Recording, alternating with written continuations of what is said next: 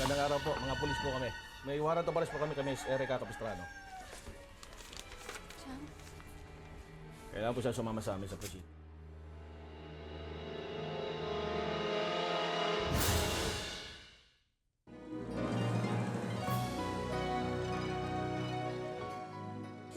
Sandali lang po! Teka ho, sandali! Wala naman ho akong kasalanan! Maniwala naman ho kayo sa akin, sa! Erika! Parang awali lang po! Miss! Sulat ang biniging ko na sa inyo sa kandidat picture. Miss, malaking sindikato ba ang pinagkakasamangan mo? Ako na bahala rito. Mga kilalang tao ba ang kinabibilangan mo't di ka kapagsalita, Miss?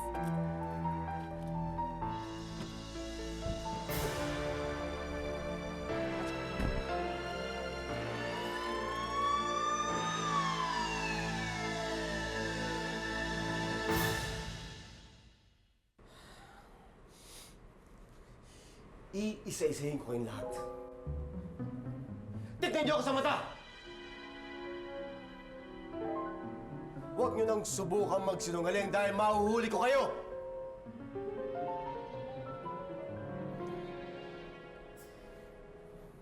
Ikaw, Venus.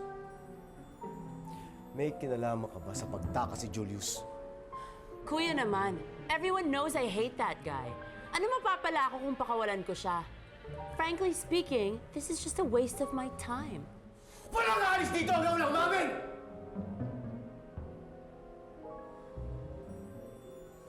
Sino?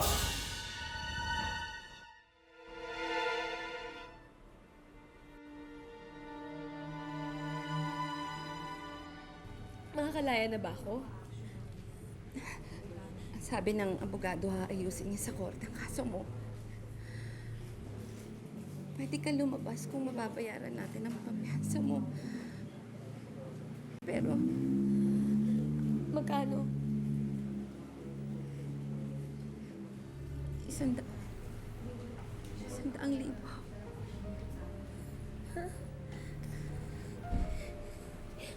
Saan tayo kukuha ng ganun kalaking halaga? Hindi ko alam. Hindi ko alam eh.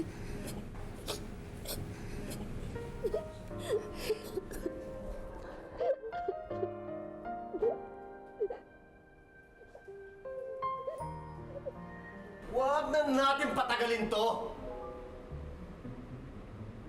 Lumalalim na ang gabi!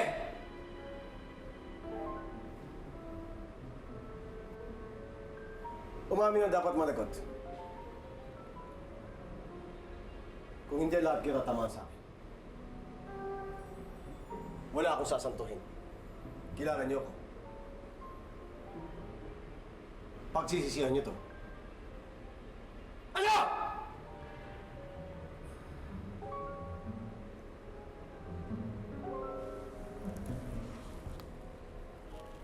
Ako.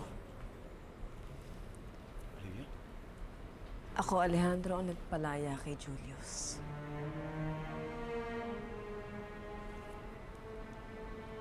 Ngayon, anong parusa ang nakahanda para sa akin?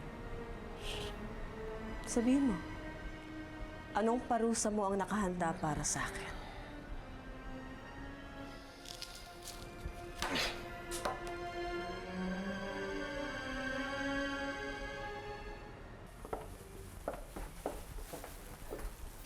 Wow!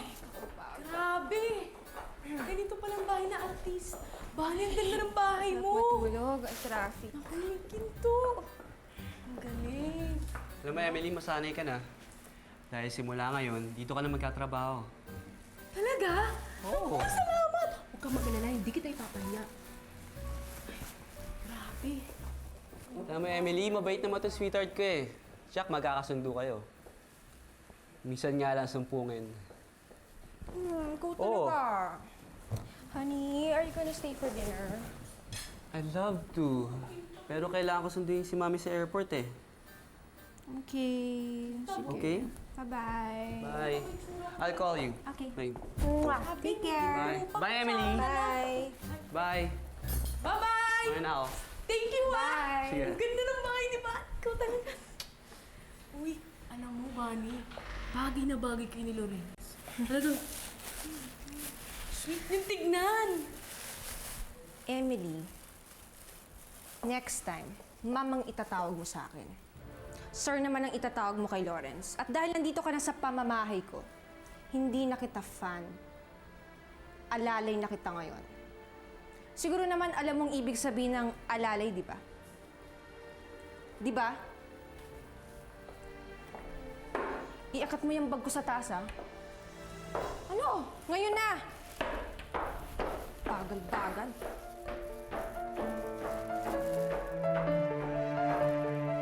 Bakit? Bakit mo nagawa yung Olivia? Ha? Kahit na sinong may puso, Alejandro, gagawin yon.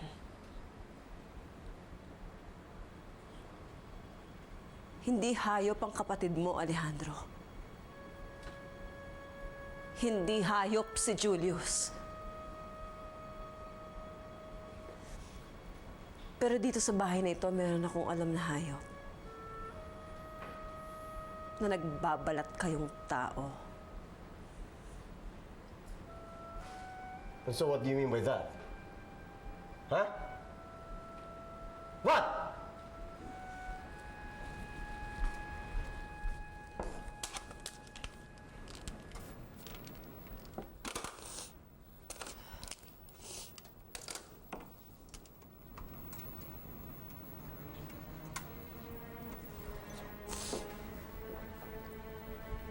Remember this, Alejandro? Documentary gawa ng isang NGO. Tungkol sa pagbagsak ng building na pinagawa mo sa Antipolo. At sabi ng asawa ng isang biktima, pinatabunan mo na lang daw ng semento lahat ng biktima. Lahat ng biktima sa gumuhong building na ito. Saan mo nakuha yan? Ha? Sinong hype na nagbigay sa inyo? Hindi totoo yan! This is nothing but pure crap. Alam mo, anybody can make false accusations against me. Kaaway ko lang ito sa negosyo. Pero kahit isa sa kanila, walang nagdala sa korte dahil wala sa ebidensya. This is garbage. Sana nga, Alejandro. Sana tama ka. Dahil kung hindi, patawarin ka sana ng Diyos.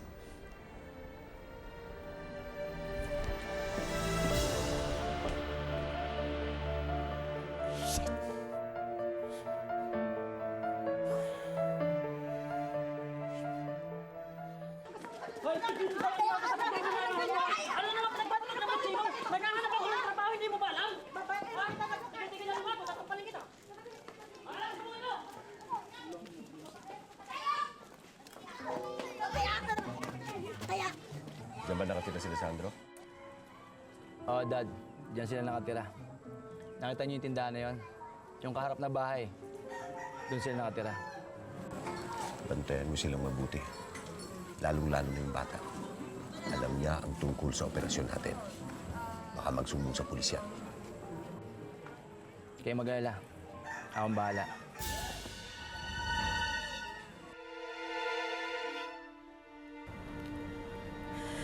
Hayaan niyo, bukas na bukas. Dadalhin ko ang halagang kailangan ni Erica. Sorry, pasensya na. Hindi ko na magawa ngayon kasi talagang puno-puno lang ako ng trabaho eh. Olivia, maraming salamat. Ikaw lang talaga maasahan namin. Ikaw lang talaga makakatulong sa amin. Aalis na ako. Salamat ulit.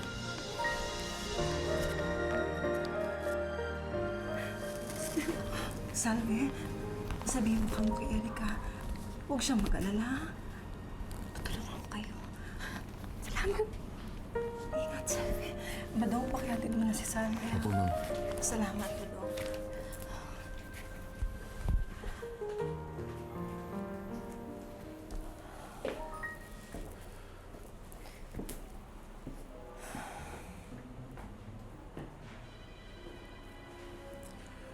Huwag mo sabihin sa akin na tutulungan mo yung mga hampas lupang yun. Alejandro? Olivia, let me remind you, you are heading an anti-drug campaign. Seryoso yung kaso ni Erica. Why would you associate your name with a drug trafficker? Alejandro, walang kasalanan si Erica. Nadawit lang siya sa pangalan ng tiyo nanding niya. Tutulungan ko si Erica sa ayaw at sa gusto mo. Paano mo nalaman nandito ako?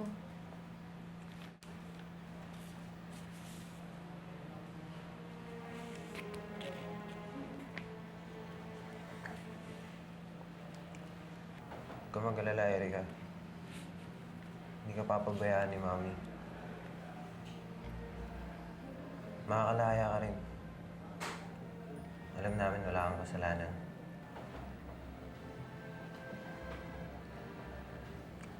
Salamat, Pier Paolo.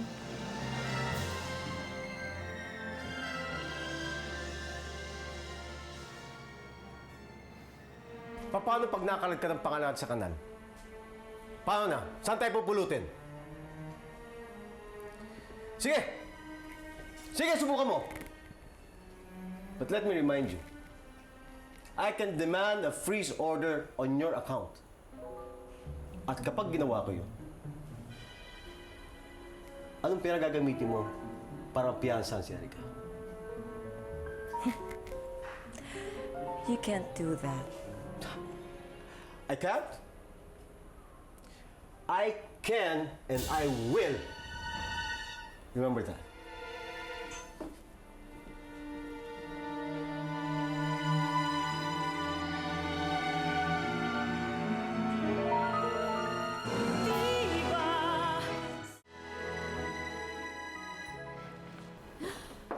Ciao, Bella. Hello, Olivia. Oh, guess what?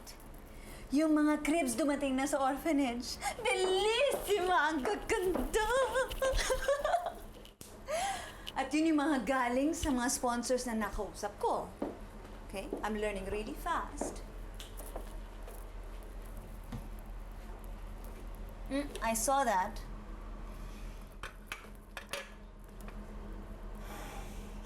Something's bothering her again. What is it? Si Alejandro. But it's too personal. How much personal can it get? Is it a tape? It has something to do with the expose?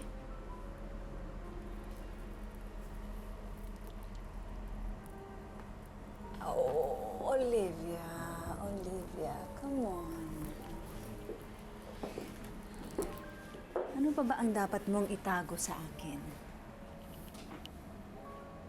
We're creating this orphanage together. Together! Doesn't it mean anything to you? I told you it's my life. Doesn't this have anything? Kapatid na ang turing ko sa'yo.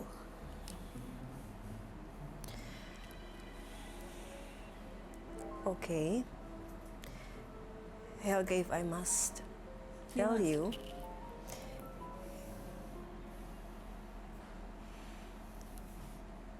hindi ko magamit-gamit lahat ng bank accounts ko. Dahil lahat sila sarado. Finis lahat ni Alejandro, lahat ng accounts ko. At pati lahat ng mga credit cards ko, hindi ko magamit-gamit. Sayang. Ngayon pa naman na kailangan ko ng pera. That husband of yours really knows how to make your life miserable.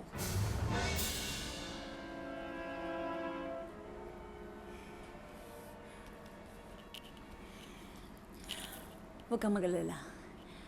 Pahihiraman kita ng pera. No, Helga. Yes, Olivia. No. Prego. Nakakahiya naman sa'yo. No!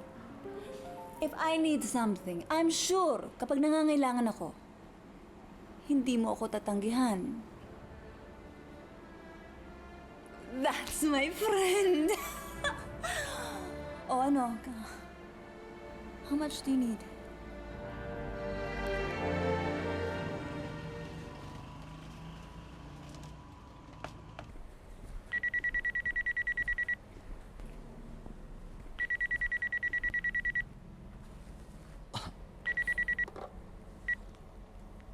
Hello? Hello? Badong, si Julius to. Oh, Julius. Naku, mabuti na lang tumawag ka. Alam mo ba, akala ko katapusan ko na eh. Ang init na ulo ni Sir Alejandro. Pinipilit niya kasi at pinapaamin kami dito sa bahay kung sino nagpakawala sa'yo. Naku, akala ko makabaon na ako sa lupa eh. Mabuti na lang kamo sinapo ko ni Ma'am Olivia. Ganun ba? Nga pala, Badong, maraming salamat nga pala sa tulong mo, ha? Wala yun. Ay, siya nga pala, Julius. Si Aling Salvi nandito kanina. Humihingi ng tulong kay Ma'am Olivia. Ha? Bakit daw? Si Erica eh. Napagbintangan daw drug pusher. Ngayon nakakulong. Siguro kailangan daw nila ng pampiyansa. Ano? Magkano daw ang kailangan? Ang dinig ko, malaki 1,000 piso. 100,000 piso. Oo, 100,000 piso raw. Ang kailangan. Sandali. Ikaw naman, kamusta ka na dyan? Ayos ka ba dyan? Yung trato sa'yo, ni paring Kulas, ayos ka? Okay lang. Ano daw sabi ni Ate Olivia, matutulungan ba daw niya? Yun ang panalangin ko, sana matulungan. Dahil pag hindi nangyari yung kawawa naman itong mag-ina. Ha? Oo. Siguro naman, baka, alam mo naman, mabait naman to si Ma'am. Badong, sino kausap mo?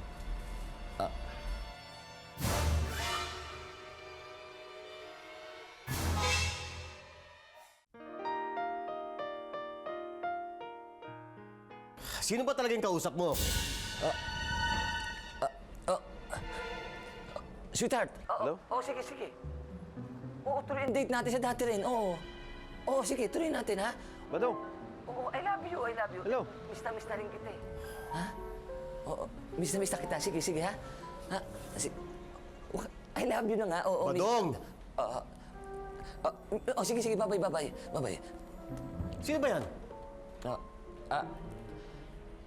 Sir, manliligo ko po eh. Nag-aaya po ng date. Sabi ko, mahaba pila, hectic ang schedule ko. Puro ka kalukuhan. Kaya pala hindi makapasok ang tawag na hinihintay ko dahil nagtelebabad ka. Huwag mong gagamitin yung telepono niya dahil may hinihintay ako. Sorry po, sir. Ang hirap mong kausapin.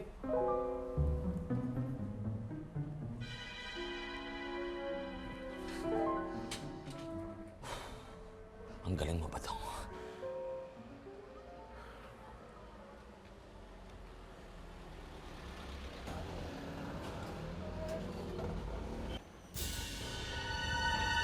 Sigurado ka?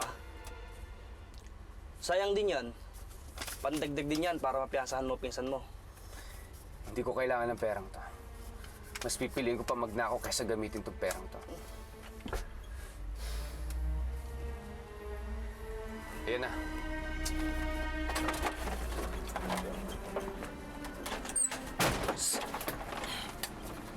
Yan, sandali! Kapakekelo.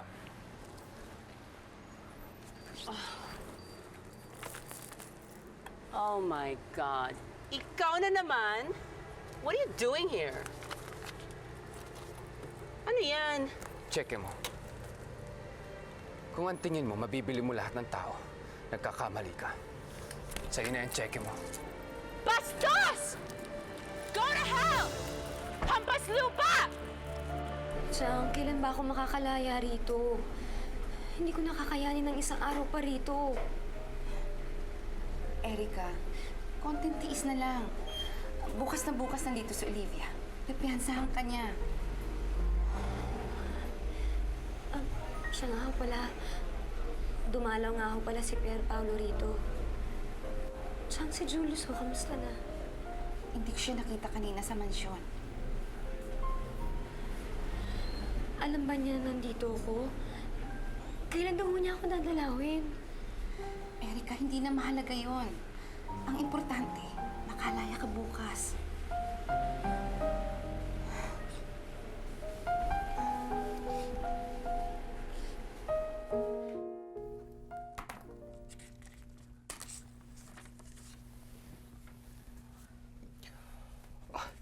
Mas malaki yata ito sa napagkasunduan natin. Consider it as your bonus. Total, matagal mo ng proteksyon ng negosyo namin. And I would like to reward you for that. Well, thank you. Thank you very much. Bueno, hindi na kami magtatagal. Thank you again. It was a pleasure meeting you, Venus. The pleasure's mine. Good day. Thank you, boss.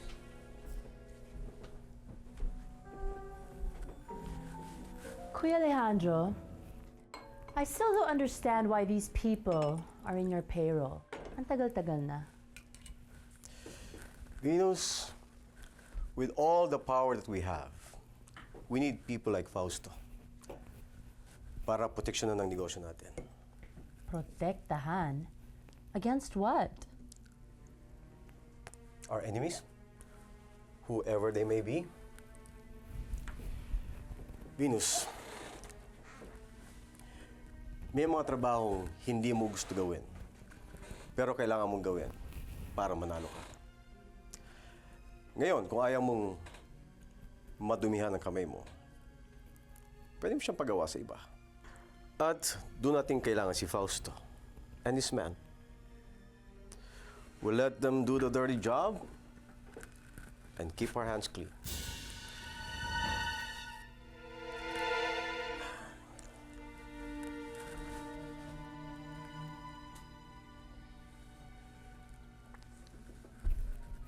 You'll learn it in due time. In due time, yes.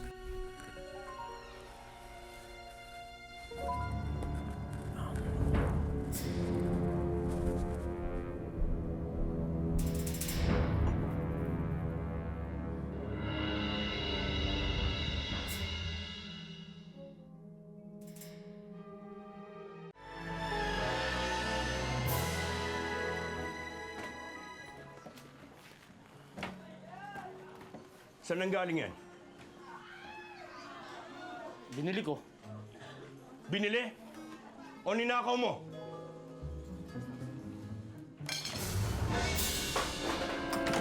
Sagutin mo ko. Saan nanggaling yan? Ninakaw mo to, ano?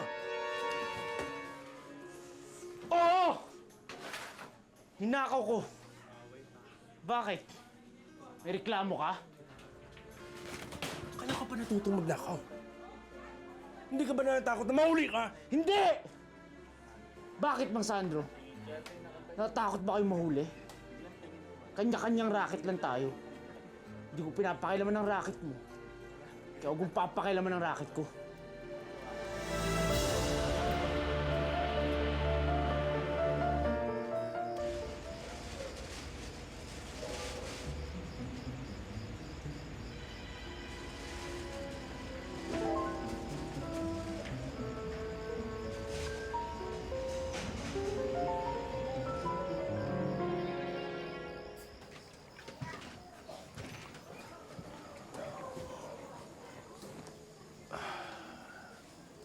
Hindi ko alam kung paano ko tang pipigilan sa mga ginagawa mo. Alam ko, hindi ako magandang halimbawa para sa'yo. Pero sana, mag-isip-isip ka. Huwag ka nang gumaya sa akin. Bakit ako makikinig sa'yo? Tatay, bakit ah?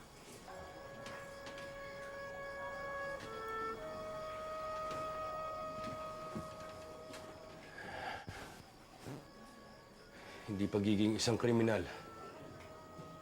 ang buhay na dapat para sa'yo. Basilio, maniwala ka sa akin. Eh ano? Ano pang pwedeng mangyari sa akin? Yung nag-iisang nagmamahal sa akin, ang nanay ko, wala na. Patay na. Nagpakamatay dahil sa kawalang hiya ng tatay ko. Kung di niya kami iniwan ng nanay ko, sana buhay pa rin siya hanggang ngayon. Sana hindi ganito ang buhay ko. Natatakot akong aminin ang katotohanan kay Basilio na ako ang amang umiwan sa kanya at sa kanyang ina. Kapag nalaman niya yun, baka hindi niya ako mapatawad. Diyos ko, ano tong parusang binigay niyo sa akin?